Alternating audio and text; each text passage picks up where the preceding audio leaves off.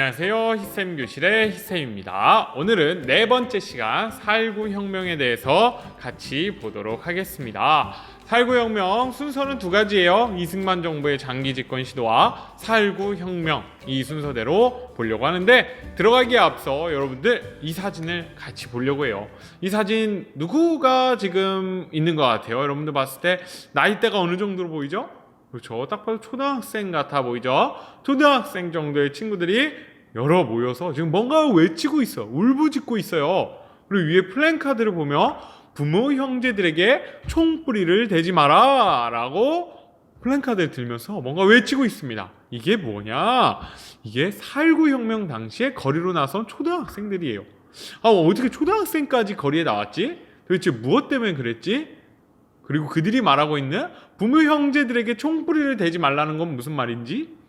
진짜로 총을 쐈나? 많은 사람들이 다쳤나? 이런 고민을 한번 해볼 수 있을 것 같아요. 그리고 그 초등학생들이 이 거리에 나올 수 있었던 일들이 도대체 무엇일까? 오늘 한번 같이 보도록 하겠습니다. 우리 저번 시간에는 뭘 배운지 기억나시나요? 우리 저번 시간에 유교에 대해서 배웠어요. 유교가 여기 밑에 연표를 보면 여기 있죠? 1950년부터 1953년까지 있었습니다. 그 사이에 있었던 일이에요. 이승만 대통령이 초대 대통령으로 당선이 되죠. 그러고 나서 6.25 전쟁이 터지기 바로 전에 총선이 한 번 있었어요. 총선이 한 번 있어서 국회의원을 새로 뽑았습니다.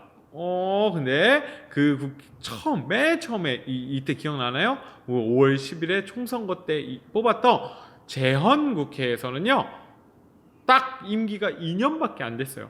그렇기 때문에 50년에 다시 선거를 또 했어요. 그 선거는 다행히 전쟁 전에 있었죠. 근데 그 선거에서 이승만 대통령을 지지하지 않는 사람들이 국회의원이 됩니다. 그때 문제는 뭐냐? 대통령을 뽑는 게 직선제가 아니고 간선제였습니다. 이게 무슨 소리냐? 직선제가 아니고 간선제? 지금은 대통령을 직접 우리 손으로 뽑습니다. 하지만 그때는 직접 국민들이 한 명씩 투표하지 않았고요. 국회의원에 의해서 뽑혔어요. 그러자 이승만이 딱 봤을 때 이러다가 내가 대통령을 못할 것 같다 라는 생각이 들었을 거예요. 그래서 여기 보면 발췌 개헌을 추진합니다. 이게 뭐냐? 대통령 직선제로 개헌을 단행하려고 해요. 대통령 직선제로. 근데 문제는 이 헌법을 개정하기 위해서 국회의원들이 동의를 해줘야 되는데 국회의원들이 당연히 동의를 안 해주겠죠.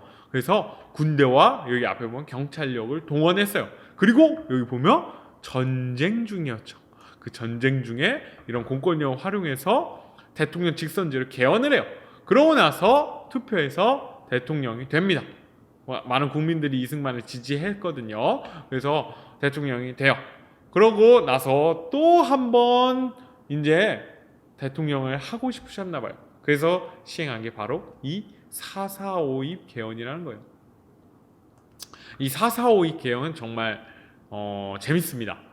이게 수학을 좀 하셔야 되는데 선생님 수학을 못하지만 대충 설명해 볼게요. 4.4.5.2이라는 말은 말 그대로 숫자 4는 죽고 숫자 5는 세운다, 살린다 라는 거예요. 그래서 수학에서 여러분들 배웠을 겁니다. 반올림의 개념이에요. 반올림의 개념.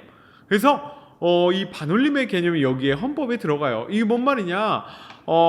이 헌법을 하기 위해서 왜 이 헌법을 하려고 했냐? 이승만 대통령이 원래는 우리나라 헌법상 중임, 그래서 딱 2번만 할 수 있어요. 2번까지만 할 수 있는데 더 하고 싶으셔서 초대 대통령에 한해서 중임 제한을 없애는 개헌을 실시해요. 그게 4.4.5.2 개헌입니다. 그래서 이걸 했는데 당연히 국회의원들이 동의를 안 하겠죠. 근데 많은 사람들이 동의하기도 했어요. 그래서 투표를 해보니까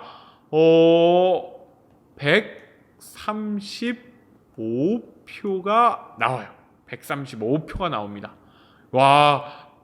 당시 국회의원이 203명인가 그래요. 그 중에 3분의 2가 동의를 해줘야 되는데 3분의 2가 동의를 해주려면 135.333명이 동의를 해줘야 돼요. 그 말은 이 이상이 동의를 해야 되기 때문에 136명이 동의를 해야 이 헌법이 통과됩니다. 하지만 선생님 제가 뭐랬죠? 135명만 동의를 했어요. 그래서 이 헌법이 부결이 돼요. 통과가 안 돼요. 그래서 와 정말로 잠 못 잤겠죠. 딱 한 표 차이로. 근데 누군가의 머리에서 이게 나왔어요. 4,4,5임이라는 게 있잖아. 2.333은 어떻게 해야 돼? 버려야 되죠. 죽여야 되죠. 반올림에 의해서 135명만 나와도 되는 거야 라는 기적의 논리를 갖고 와요.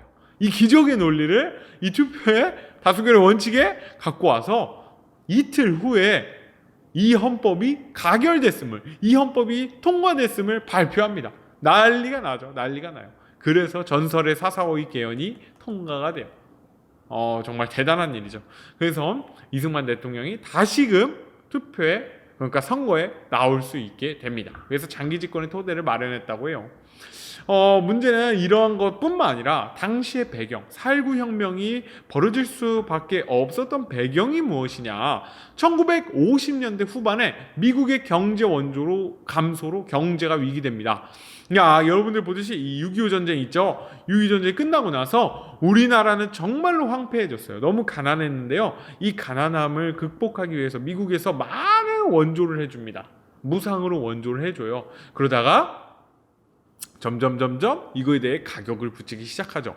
그리고 원조 자체도 감소하다 보니까 우리나라 경제가 그걸로 의존하고 있었는데 점점 경제 위기가 되죠. 살기 어려워진다는 얘기예요. 그리고 이 4.4.5 개헌 이후에 이승만 정부가 계속 독재를 하는 거에 대한 사람들의 불만 또한 작용했어요.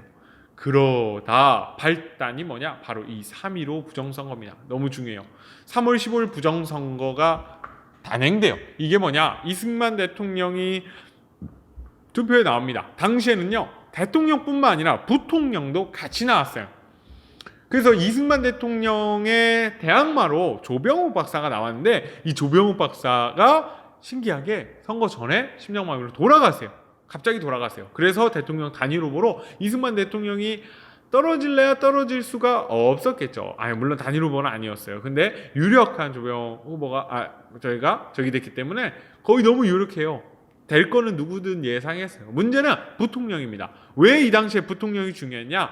이승만 대통령이 나이가 많았기 때문에 언제 죽을지 모르죠. 그래서 대신 대통령이 죽으면 그 권한이 부통령에게 가기 때문에 이 부통령을 당선시키는 게 정말 중요했어요. 그래서 이승만 대통령의 당인 자유당 출신의 이기붕 후보를 당선시키기 위해 말도 안 되는 부정선거를 자행해요. 그래서 사람들을 동원해서 투표소 앞에서 지키게 하고 누굴 뽑으라고 강제하기도 하고 뭐 이상한 표를 잔뜩 만들어서 투표함에 넣기도 하고 그런 일을 자행하고요. 이것이 전국에 당연히 모든 사람들에게 알려지게 되죠. 그래서 이 마산을 비롯한 전국에서 부정선거 규탄 시위가 발생합니다. 이 시위 과정에서 김주열 학생이 죽습니다. 김주열 학생이 시신으로 발견됩니다.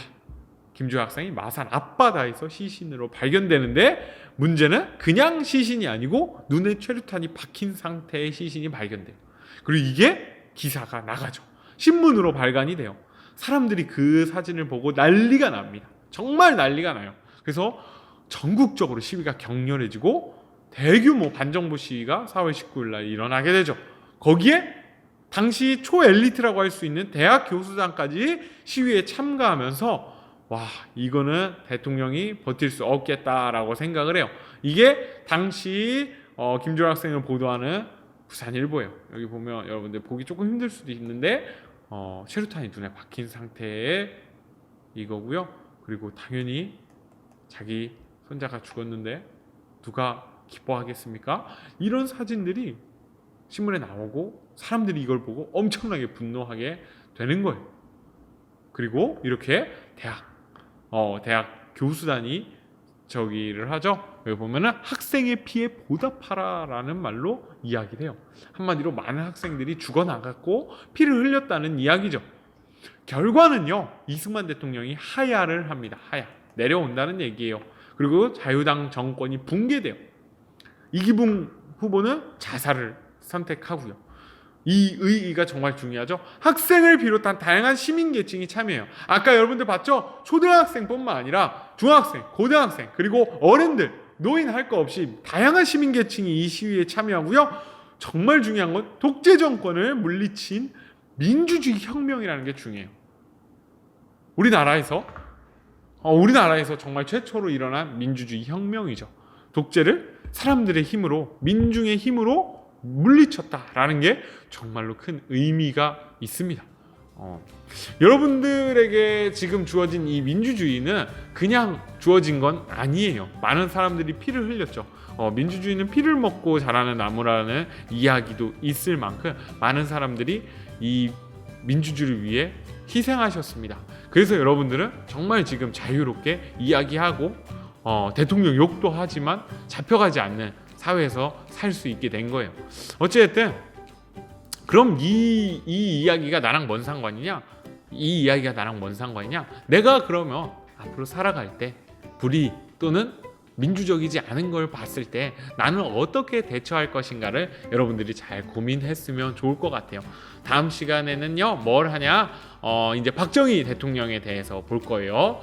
4.19가 끝나고 나서 5.16 군사정변이 일어나고 하는 그런 이야기들에 대해서 배우려고 합니다. 여러분들이 지금 살고 있는 이 민주주의 사회, 이 대한민국 사회에 대해서 어떻게 생각하는지 잘 모르겠지만 한 가지 확실한 거는 여러분들은 정말 자유로운 곳에서 살고 있다는 거죠.